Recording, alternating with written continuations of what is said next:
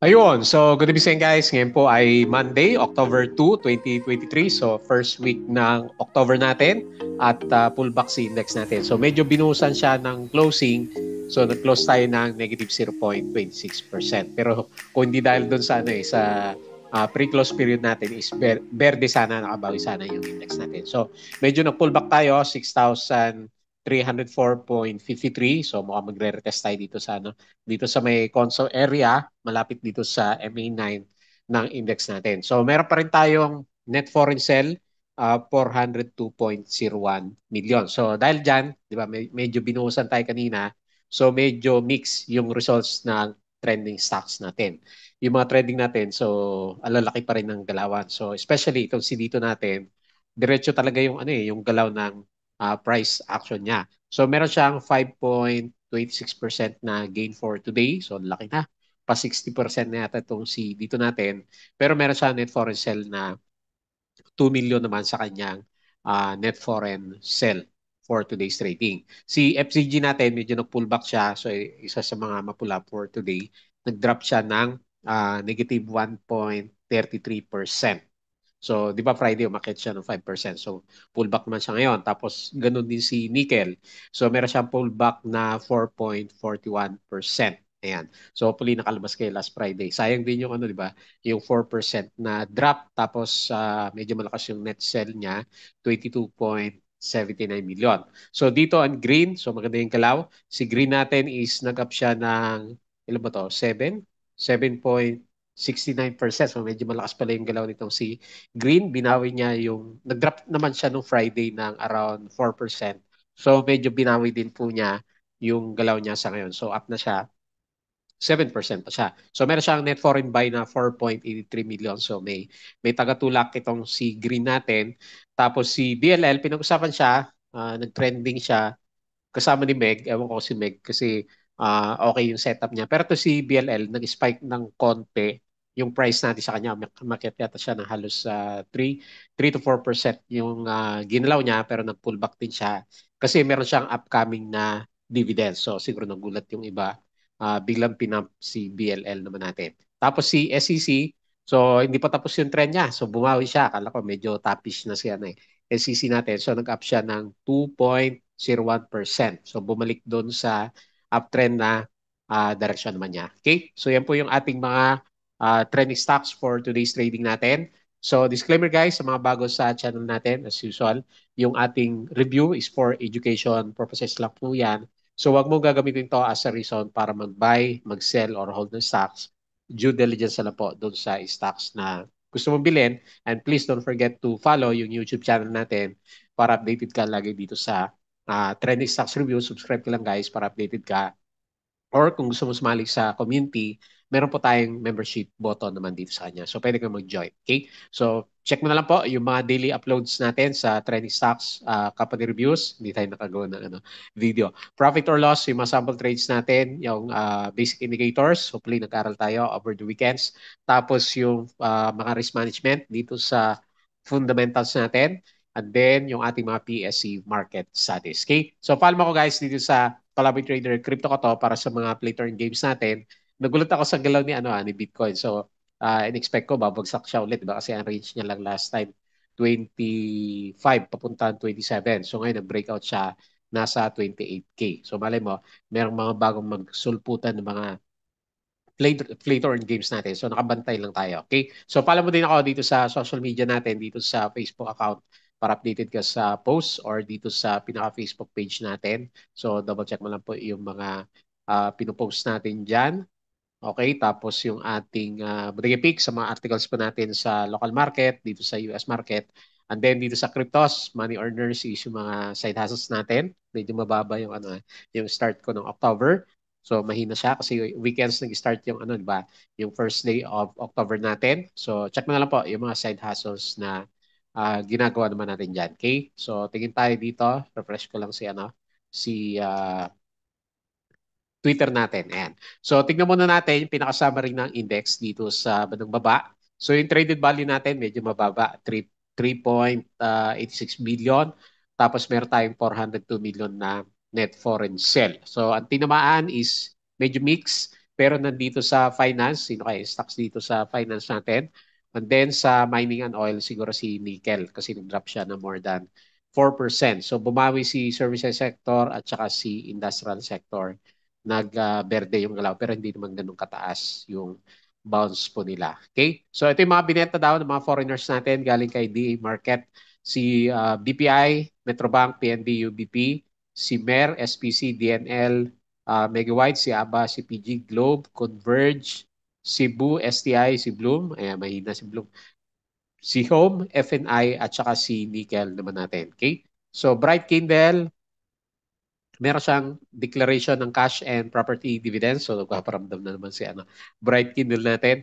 Alter, so nag-up siya 3.7. Tops 3 investment banks for 12 billion peso wind power project. So, may mga bago siyang project. Globe sold 77% stake in EC Pay to GCash parent Mint in order to maximize its previously untapped potential. So, laki So 77%.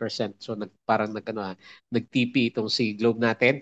Tapos meron ditong article si Ma'am April Tan, one of the hottest topics among stock investors, September Fed meeting and revision in their projections. Converge, nag-pull back, reach 2 million residential subscribers. Tapos ayan, so yung mga naghahanap ng short selling, so maging parang forex na to si PSC natin. So magkakaroon siya ng short selling pero may guidelines dito. So hindi ko pa nabasa.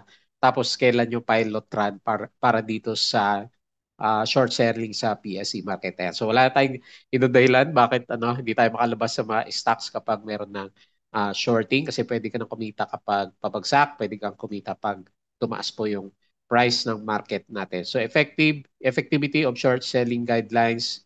So andito po, so babasahin ko din mamaya.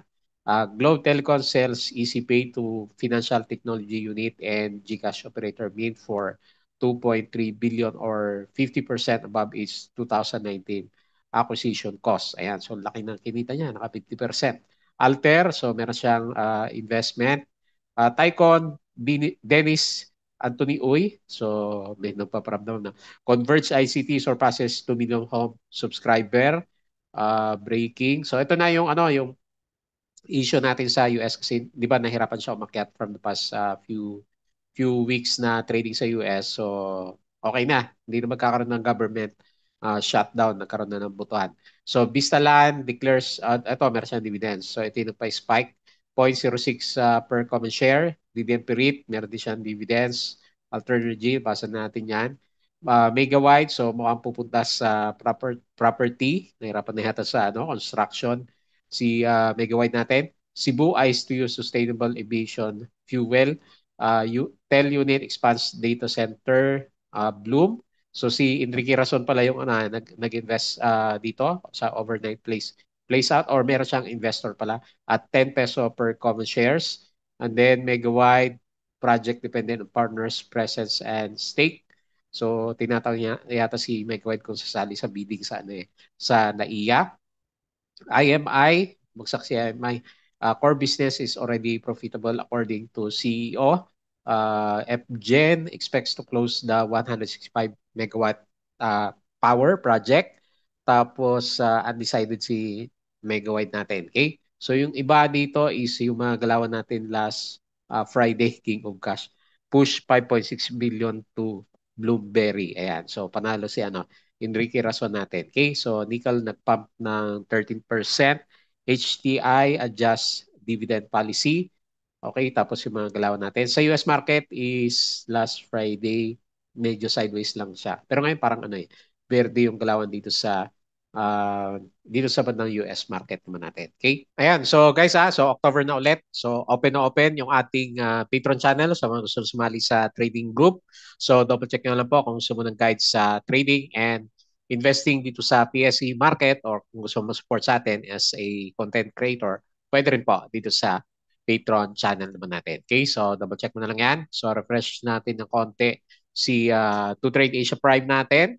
So based dito sa galaw ng chart, medyo sideways tayo kanina umaga. No? So nag-up, tapos nag-drop, bumalik siya, tapos okay na sana yung 6339 na yan is halos nasa 0.2% tayo pero binuhusan ng closing. Pero nung etong galaw na to, kahit verde na siya kanina, around 300 million na yata yung net foreign sale. So medyo matamlay yung foreigners pa rin natin dito sa ating market. So 402 million net foreign sale. Medyo madami yung laglag. So Union Bank, so meron pa siyang drop na 4%. So yung sentiment ng pagkakatanggal sa blue chips. Si Monde natin nag-drop ng 2.77. Si Bloom, so dahil doon sa top-up placement niya, so nag-negative yung sentiment, negative 2.48%. SMPH, minus 1.49. And then si Converge, minus 1.25%. So meron naman tayong winner, si CNTF, nag-bounce siya 4.64 JP Cap. So parang tuloy yung galaw na ito. Nag-up po siya ng 2.81%, Wilcon 2.7 at saka si DMC. So natuloy na yung breakout ulit, di ba? So 2.11%, SCC, ASN, so more than 2%, and then Pure Gold is 1.56%. So drop tayo, negative 0.26, okay lang. Medyo mababa naman.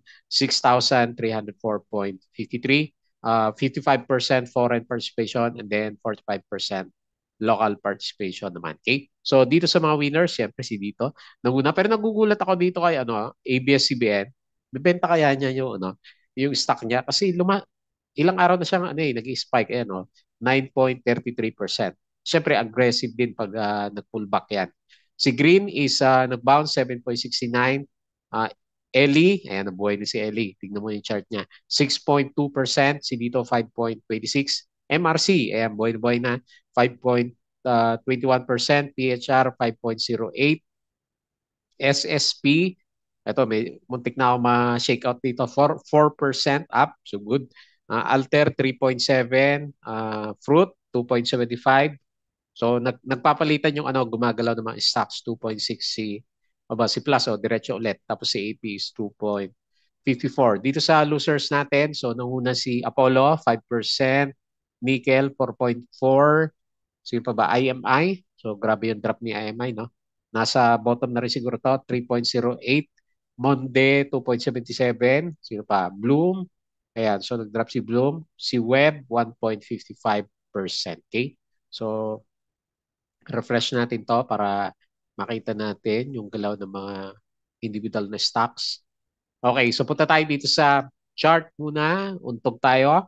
So meron tayong clear resistance malapit dito sa 6,400 kasi nag-pullback na strong yung rejection niya. Ngayon, more than half body na yung pinupullback ni PSE. So baka mag-retest tayo malapit dito sa MA9. Hopefully, kung pinaka-worst case scenario, hopefully is hanggang bounce tayo dito sa pag dumikit siya dito sa MA9. Kasi yung dalawang candle niya, so parang kabaliktaran naman na ito. Ito yung morning star, ito naman. Malapit na siya mag-evening star. Ayan, so di ba? Halos baliktaran. Pero anyway, pullback niya is mataas pa rin naman yung index, 6,261. So baka ilang araw din to na pullback ng market, especially meron pa rin tayo mga nakikita na net foreign sell. So RSI 50, above pa rin naman tayo. So good, okay pa rin yan. Tapos yung MACD formation natin is okay naman, stable naman yung yung blue line dito sa ibabaw ng ating pinaka red line naman natin. Okay, so silip tayo dito sa US market. Refresh natin. Malakas yung futures kanina, yung nag-pullback pala. So Nasdaq futures is 0.2, Dow futures is 0.03, and then S&P is 0.02. So pullback sila last Friday pero bumabawi dito sa US, pero dito sa bandang Europe mukhang mapula. Namumula dito sa Europe, okay kanina, tapos nag-pullback din siya. So dito sa bandang Asia, majority is may bounce o mix. Pwede rin sabihin mix kasi maraming mapula. Maliban dito kay Hong Kong kasi nag-up siya ng 2.51%. So the rest is okay lang. Medyo okay lang. Halos kaparehas din natin, di ba? Kasi 0.23 yung drop din naman na pinaka main index natin. Okay? And then Cryptonautics, ayan, nabuhay ang Cryptonautics natin. So Bitcoin, nag-up siya, nag-breakout sa 27K. Akala ko hanggang doon lang siya. So 28.3 USD per Bitcoin natin. So up siya, laki 3.91%. Ethereum 1.7K, tapos si BNB natin is balik dito sa 219. So medyo malakas ngayon dito sa crypto. makikita natin is nagbiberde karamihan sa kanila. Ano bang catalyst natin dito sa ah, crypto natin? So dahil start ng October. Ayan. So anyway, tingnan natin. Hopefully magtuloy-tuloy yan para yung vlog natin sa mga... Wala tayong masyadong makita na magaganda na play to earn games kasi. Okay? So okay din. Medyo okay din dyan sa bandang crypto. So refresh ulit natin to para hindi siya mag-close. And then, tingin tayo sa individual stocks. Okay? So unahin natin si dito. So parang Tory na yung yung price action natin. So very, very strong si dito natin. Kahit na overbought na siya, RSI 87. So laki ng volume. Buhay pa rin yung volume niya. Oh. So makita mo, di ba? So ilang ilang araw na to? 1, 2, 3, 4, 5, 6. Buhay na buhay yung yung volume dito natin. Kailang parang syempre parang ang tingin natin parang ang taas na. So hindi kaya tayo maipit diyan kapag bagong pasok tayo kay dito kasi nag-up na siya ng simula dito sa Dow G. Nag-up na siya ng halos halos 70% na yung inakit niya. So, di ba? Yung mga bumili dito, halos more than half na. So, 1.5x, 1.6x na yung kita nila kay dito. Ayan. So, yung nga lang kasi, yung tinitingnan natin siya, syempre, medyo kabado tayo dito, di ba? Kasi laki ka agad. 4 days lang. Ilan ba yan? Halos 20% yata yung galaw na yan. Ayan o, 20% siya kaagad. So, akala mo ba, after few days pa is dire-diretso pa rin. And then, kung titignan mo yung trend niya, super strong yung, yung galaw ni dito natin. Yung nga lang, parabolic na yan. So, anyway, ingat na lang doon sa mga may hawak. And then, papasok pa lang para kay dito natin. Malay mo, meron siyang additional good news. Di breakout ka dyan sa 3.5. So, yung galaw natin sa kanya, nandito siya sa loob ng box natin. Ito. So, ah, meron siyang guide dito sa bandang kaliwa. Okay? So yan yung tinatry na i-breakout nitong si dito natin. Grabe, no? Babalik siya sa RSI 90 kapag na-break ni dito yung 3.5 natin. Okay? So based dito sa price action, nag-up siya is malakas nga po. 5.26% minus 2 million. Net foreign sell, call FMS ang buyer, and then call BDO yung ating pinaka-main seller naman sa kanya. Okay, next. FCG, diba? Drop to si FCG natin. So pullback muna kasi ang lakas daw ng ginalaw ni FCG. Bumalik pala siya oh. So nag-retouch sa MA9 and then tinulak siya. Hopefully strong yung kasi may retest sa MA9. Ngayon, meron din siyang box dito. So ito rin yung current na location ng box nitong si FCG natin. Kaya resistance natin dito sa bandang 0.76. Okay? So, hopefully mabasag din niya para makabalik na tayo sa Shopee. Andito yung usapan natin last time nung nag-invest si Monde yun, di ba? Yung bumili sa kanya. Okay? So, abangan natin, baka maglabasan yung mga earnings ng companies natin. So, ito yung trend natin sa kanya ngayon. Okay. So, depende sa tumitingin, pwedeng ganyan. Ito false breakout, nag-pullback, nag-bounce, higher low. So, very good.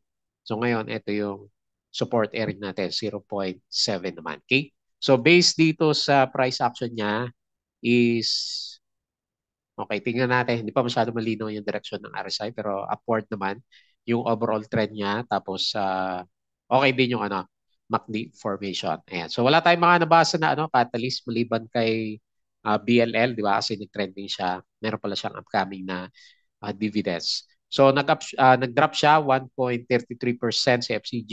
BPI, Abacus ang buyer, and then Abacus U yung ating pinaka-main seller. Wala tayong makita na foreigners dito kay FCG. Okay? So yan lang muna. Uptrend naman si FCG. May pullback na lang siya. Next, nickel na pullback. So naghanap siya ng support. Lakas ng drop niya. So, ano ba yan? Fill the gap ba tayo kay nickel natin? So, nag-retest siya malapit sa MA100. So, ito yung box niya. Ayan. So, nauntok siya dito. So, ilalagay natin resistance. Okay, immediate muna dito. Ayan. And then, yan yung pinaka-box natin sa kanya. Ayan. So, kaya lang grabe yung correction niya. Siguro, yun nga kasi profit taking na. Laki kasi 30% ba naman in one day itong sinikal natin. So, pullback day for today. And then, hopefully makahanap siya ng green candle bukas. So, mukhang lumabas na karamihan kasi ito, malaki siya. More than half ng volume yung nag-trade for today. So, most likely, nag-profit taking na rin yung ibang traders natin para kay nickel naman. Okay? So based dito sa price action, negative 4.4%. Malaki din kasi 22 million at foreign sell. May bank sell as a buyer and then sell as a call yung ating pinaka-main seller. Next, green. Gumaganda yung chart ni green natin na. So ayan oh. Tapos ang lalaki na volume niya. So hopefully meron pa for the coming few days.